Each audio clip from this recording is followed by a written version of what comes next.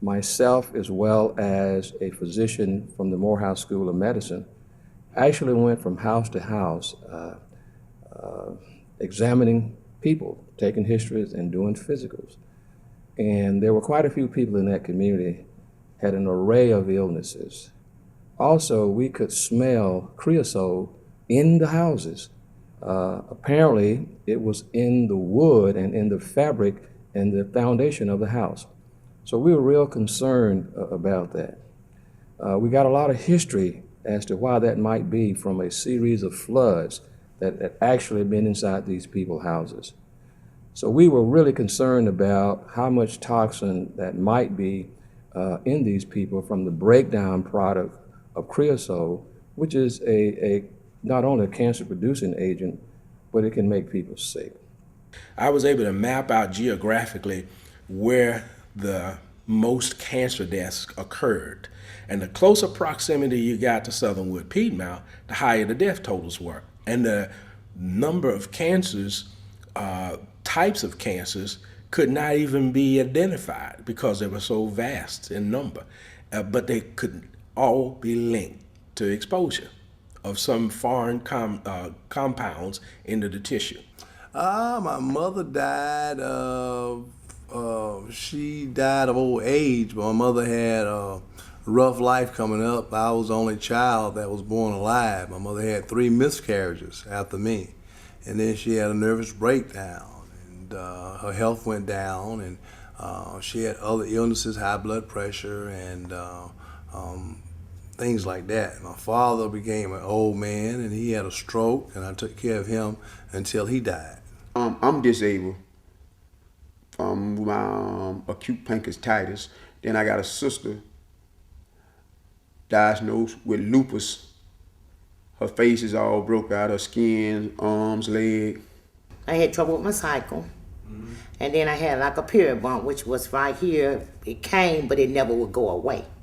And then I would always fall asleep, but I didn't know the reason why. So every doctor that I went to, they couldn't find out what was wrong with me until they did a biopsy. And that's when they did a biopsy out my back. They said it was lupus, but like I asked them what caused, no one can tell me what caused lupus. So I must have had it when I was 7 or 8 years old, because my head did break out just like my face. But my head cleared up, but my face just started breaking out in the late 80s. And I've known about 3 or 4 people that had lupus, so many I couldn't count, with the arthritis problems. And different other health reasons. Cancer, I think it's number 1. Out here, it's a real high case of cancer in our neighborhood. But then my brother, right after me, he died with colon cancer. He was like 39, 40 years old. He just died with cancer. Then my mother died with cancer in her pancreas about 4 years ago. And I was just diagnosed with melanoma in my big toe just August. And Dr. Ye said she never had a man of color to have this type of cancer. She said, man of color don't have melanoma. They asked me, did I marry a Greek man? And I told them, no, I married a black man. But I don't know. They said they don't usually find black folks with that kind of disease. So I don't know where he got it from or what. Well, you don't know my makeup. You can't determine what will make me react different from someone else who may have been exposed at a different rate. But any exposure, whether it is a minute amount or an extreme amount, exposure is exposure. And that's the thing that we started looking at as a community to try to combat the question why we had so many in our little space with such a range of diseases. The contamination, which is all around this community here, is just something that just kind of tears my heart out, because coming down here today, for example, there was a kid riding his bicycle down Goldenrod Street, and jeepers, every time I come through here, you've got to watch all the children. There's so many little kids running around playing and all, and the contamination that is here in terms of heavy metals and PCBs are a continual threat to the well-being and the livelihood in growth and development. I've heard, even I think the first incident we heard was a young man named Arthur Lee, and he used to fish, and he died with cancer when he was about 13 or 15, I'm not sure. And then that we began to understand that young people were dying with cancer out here. Affecting all my grandchildren, all of them right now have respiratory problems, sinuses and stuff real bad. My nephew has severe asthma, which we felt that was coming from when he goes outside, because that's at the time when he gets sick. So we usually just keep him inside. My baby son, he had heart trouble. He died from heart trouble. My husband died from heart trouble. Now, they had congested heart failure. And my oldest son, now he have a muscle, myasthenia gravis, a muscle disease. I had an aunt, and she had a daughter. Both of them died. Both of them was on the dialysis. Both of them had heart problems, had respiratory problems. My aunt, she was in her 60s when she died. Her daughter was younger than I was. She died about 8 years ago. I think Lanessa was in her early 30s, and she had a son and a daughter. I don't know if her son and daughter have any health problems yet, but I know Lanessa had heart problems when she was about 14 or 13. I'm the kind of person who like to get in the yard, plant flowers, do a lot of digging. And one particular day I was in my yard digging, and all of a sudden I looked down at my legs, and I had spots all over my legs. So then I had to go to the emergency room. So I still had the scars, but they don't bother me anymore. But I just don't like my legs being that way. Chemicals. Do you live around chemicals or work around chemicals or something like that?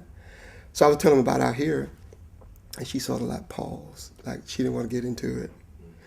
But I gave her some information of chemicals that I have been around, and they told me that none of this could cause melanoma. So as of right now, they're trying to figure out, how did I get melanoma in just one big toe?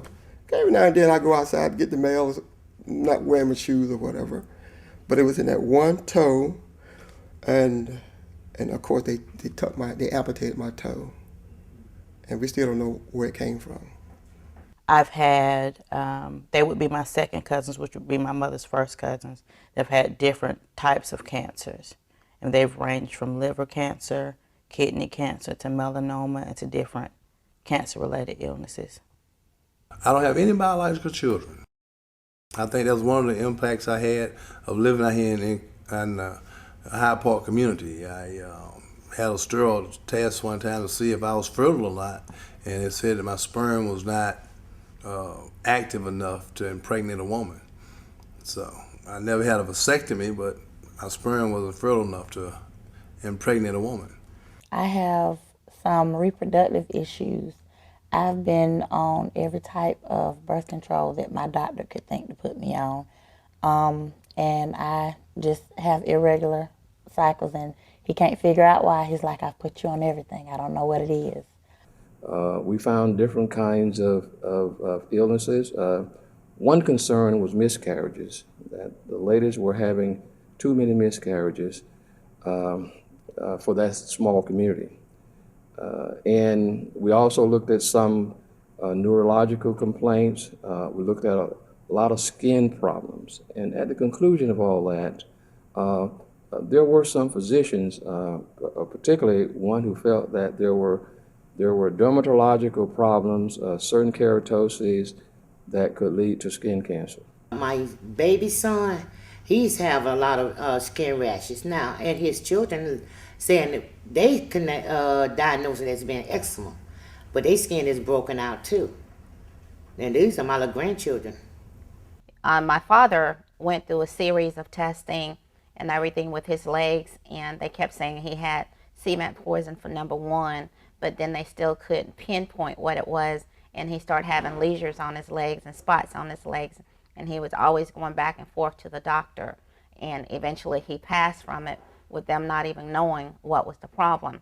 My mom has the same problem with her legs, and we're going through a series of tests for her with dark spots appearing on a leg, with bruises at her ankle that turns real dark and hard. And they said it's not a circulation problem because she has the circulation there, but they still can't tell what that problem is. I came up with an allergy. I don't know if they don't know if it's sinus allergy or what it is, but I have it year round. It's a cough and sneezing all year round. Like I said, Ricky has chronic lung disease alone. They think that it's cancer. I believe Barbara had some kind of abscess busting her, caused her to go crossbone at the age of 48. And I have a great grandbaby, was born premature, and one side of her body is a little bit bigger than the other one. Then my oldest sister just died recently, a few years back.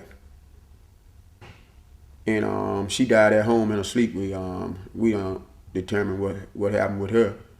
I say she just up and died in her sleep. How old was she? And she's 48. If she had any health concerns or any problem of any nature, we weren't told to us. My mom and dad, they died with complications of different little respiratory type problems and stuff like that. They died. My daddy died right around my age now. And my mama, she died a few years later. It's just a lot that doesn't happen out here. You know, my aunts around the corner around there, they both in bad shape.